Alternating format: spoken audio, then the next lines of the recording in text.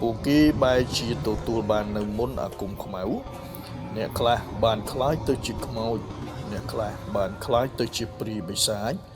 រីឯអ្នកខ្លះទៀតបានคล้ายទៅជាអាបធ្មប់ដ៏កាចសាហាវរាប់សតវត្សក្រោយមកយុវជនមួយក្រុមដែលចូលចិត្តស្វែងរកវិញ្ញាណបានសម្រេចចិត្តឡើងទៅលើភ្នំខ្មោចនោះស្រមោលអមនុស្សទាំងនោះបានដេញតាមចាប់ពួកគេហើយគ្រប់គ្រងបានទាំងផ្លូវចិត្តនិងស្មារតីរបស់ពួកគេអ្នកខ្លះត្រូវបានធ្វើទារុណកម្មយ៉ាងរន្ធត់រហូតដល់បាត់បង់ស្មារតីរឿងអាគមខ្មៅមានភ្នំមួយឈ្មោះថាភ្នំខ្មៅភ្នំនេះមានពាក្យចុះចាមអារាមតគ្នាពីមាត់មួយទៅមាត់មួយថាកាលពីដើមមានមនុស្សម្នាជាច្រើនបានឡើងទៅរៀនមន្តអាគមនៅទីនោះប៉ុន្តែជំនួសឲ្យការបានទទួលនៅមន្តវិជ្ជាសម្រាប់ជួយមនុស្សពួកគេបែរជាទទួលបាននៅមន្តអាគមខ្មៅអ្នកខ្លះបានคล้ายទៅជាខ្មោចអ្នកខ្លះបានคล้ายទៅជាព្រាយបិសាចរីឯអ្នកខ្លះទៀតបានคล้ายទៅជាអាបធ្មប់ដ៏កាចសាហាវពួកគេតែងតែលាក់ខ្លួននៅក្នុងព្រៃជ្រៅហើយតែងតែយាយីនឹងធ្វើបាបមនុស្សម្នាដែលឡើងមករកសត្វឬកាប់វល្លិឈើផ្សេងជាដើមអ្នកភូមិដែលបានបាត់បង់សាច់ញាតិបាននិយាយតគ្នាថាពួកវិញ្ញាណអាក្រក់ទាំងនោះបានសម្លាប់និងស៊ីសាច់មនុស្សទាំងនោះជាអាហារ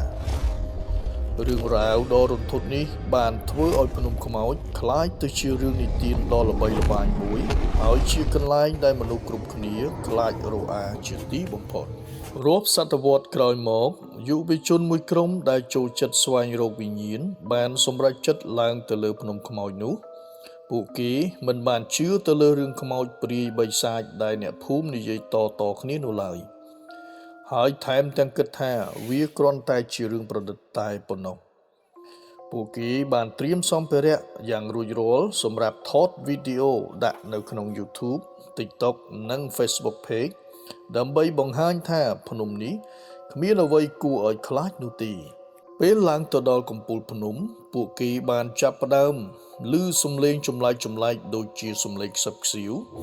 និងសំឡេងសើចសប្បាយអង្កងដ៏ចម្លែកចេញពីគ្រប់ទិសទីនៅក្នុងព្រៃនោះភ្លាមនោះភ្លើងពិលរបស់ពួកគេក៏បានរលត់អស់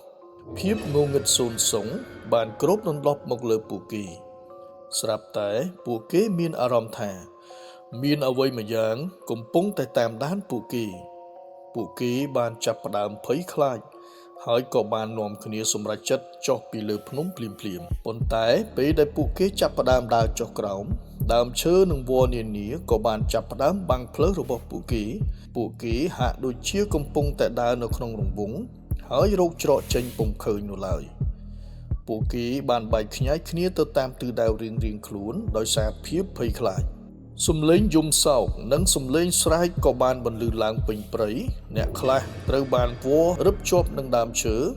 អ្នកខ្លះទៀតត្រូវបានស្រមោលដ៏ខ្មៅដ៏ធំមួយទាញចូលទៅក្នុងគុម្ពព្រៃបាត់ទៅទីបំផុតគ្មាននរណាម្នាក់អាចត្រឡប់មកវិញបានឡើយភ្នំខ្មោចបានលេបត្របាក់ពួកគេជារៀងរហូតបន្ទាប់ពីក្រុមយុវជននោះបាត់ខ្លួនអស់រយៈពេលជាច្រើនខែអ្នកភូមិបានសម្រេចចិត្តផ្ញើក្រុមអ្នកស្រាវជ្រាវមួយក្រុមទៀតឡើងទៅលើភ្នំខ្មោចដើម្បីស្វែងរកការពិតពួកគេបានឡើងទៅជាមួយឧបករណ៍ដ៏ទំនើបរួមមាន GPS កាមេរ៉ាបំពាក់កម្ដៅនិងដ្រូនជាដើមពេលទៅដល់ពួកគេបានឃើញថាភ្នំនោះស្ងប់ស្ងាត់ខុសពីធម្មតាដូចជាគ្មានអ្វីកើតឡើងទាល់តែសោះ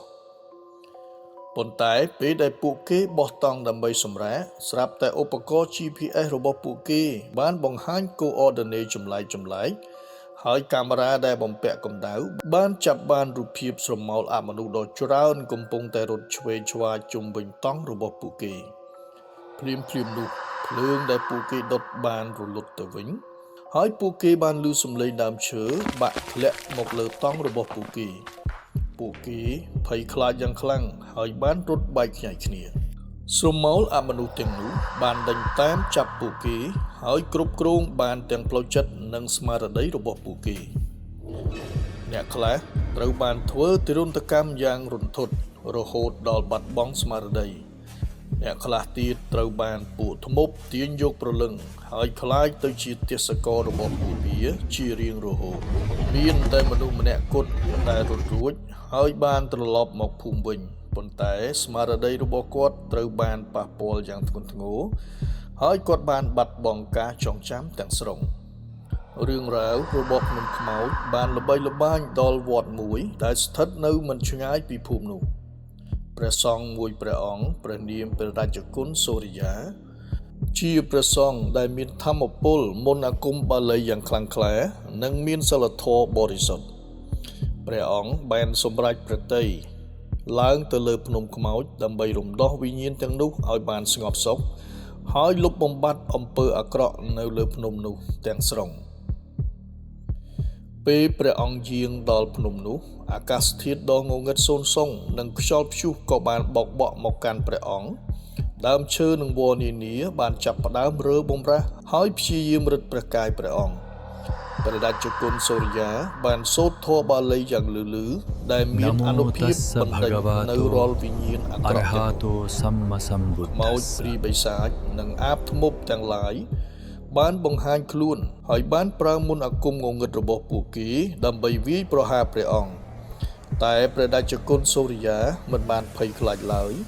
ព្រះអង្គបានបន្តសូត្រធម៌បាលីរួមទាំងប្រោះព្រំទឹកមន្តទៅគ្រប់ទិសទីពន្លឺពណ៌សដ៏ភ្លឺថ្លាបានចេញពីព្រះកាយរបស់ព្រះអង្គហើយរំលាយរាល់មន្តអាគមខ្មៅទាំងអស់ពួកវិញ្ញាណអាក្រក់បានស្រែកយ៉ាងឈឺចាប់មុននឹងត្រូវរំលាយសាបសូន្យបាត់ទៅក្រោយពីព្រះរាជគុណសូរិយាបានបំបត្តិអំពើអាក្រក់ទាំងអស់នៅលើភ្នំនោះភ្នំខ្មោចក៏បានคล้ายទៅជាទីកន្លែងដ៏សុខសាន្តនិងជាកន្លែងសម្រាប់ប្រជាពលរដ្ឋប្រកបរបរអាជីវកម្មផងដែរព្រះអង្គបានរៀបចំពិធីបង្សុកូលឧទ្ទិសកុសលជូនដល់វិញ្ញាណដែលនៅសេសសល់ហើយបាននិមន្តព្រះសង្ឃដទៃទៀតមកជួយដាំដើមឈើ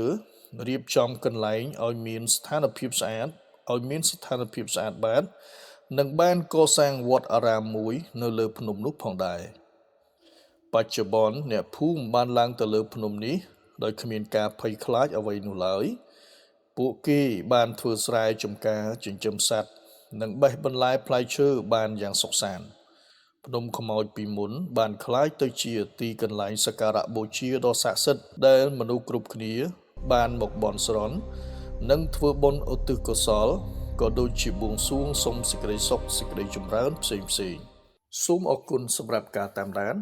តាំងពីដើមរហូតដល់ចប់សូមចុច Like Subscribe និងចុចលើរូបកណ្ដឹងដើម្បីទទួលបានវីដេអូថ្មីៗជាច្រើនបន្ថែមទៀតសូមអរគុណសូមសំណាងល្អជួបគ្នានៅវីដេអូក្រោយ